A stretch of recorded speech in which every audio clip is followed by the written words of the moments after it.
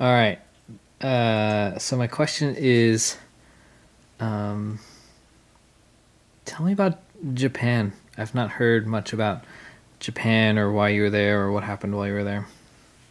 So it seems like it was the early 80's, and mom was over there working for the church, and we had some loan money that was sitting around, and we decided to go visit her on loan money, wasn't it?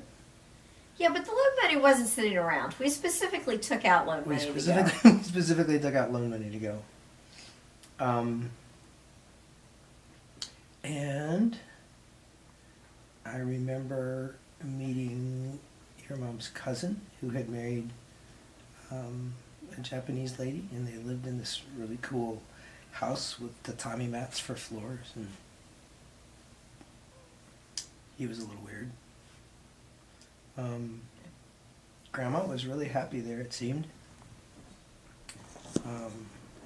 There were some missionary families with a strange last name like Kachuk, and they had little kids.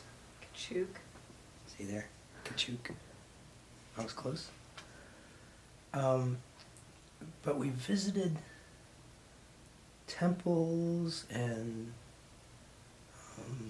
an emperor's place where he had a center room for his harem, and then he had his bedroom, and there were floors that were squeaky all the way around, intentionally squeaky, so that he could tell if someone was coming to harm him. And it made me feel better about our squeaky floors at home. Hmm.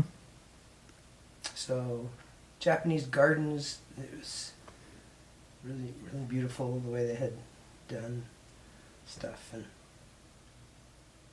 I had looked for some little souvenir to bring home, and wanted something, because Japanese are known for their steel and their blades, and so I thought, if I could just, of course I wasn't very wealthy, and so the only thing I could find, and I still have it upstairs, is a knife that goes inside a samurai sword, like a secondary knife. But it was clearly made for the tourist. But in that shop, I actually went upstairs, and they were nervous that I went upstairs, because upstairs there were the real samurai swords that I could look at. But somebody quickly followed me upstairs to make sure that I didn't touch anything. Remember that too. I remember being disappointed that the desserts were bland, because they don't like sweets like we do. What else do I remember? Oh, we were on the bullet train. It was called the Shinkansen back then, and it went really fast, and that was kind of cool. What else did we do? Now, I want to interject all the things.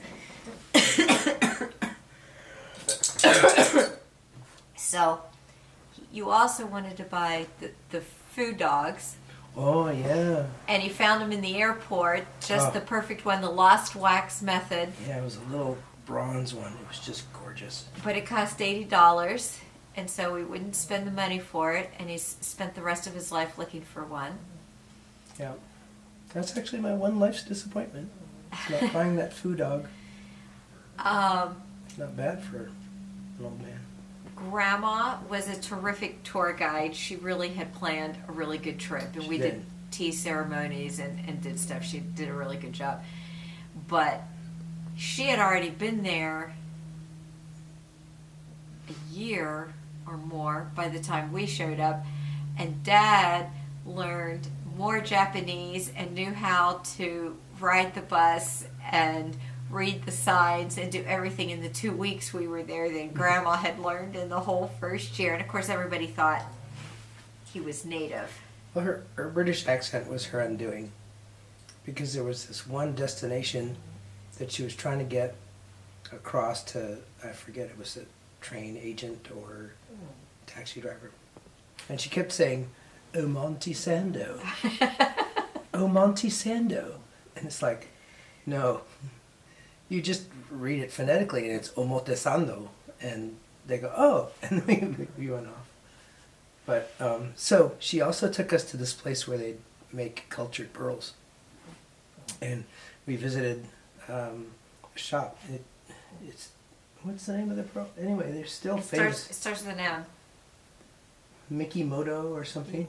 Yeah. Anyway, they still are known for their pearl manufacture, and so we're all sitting there, and they're showing us, and there's this Japanese guy, and he's gonna open up this oyster and show the pearl, and he's gonna give this pearl to one lucky person, and I'm watching him, and I'm watching Mom, and I go, oh, he's gonna give it to Mom. I just know, because she's the most beautiful person in the room.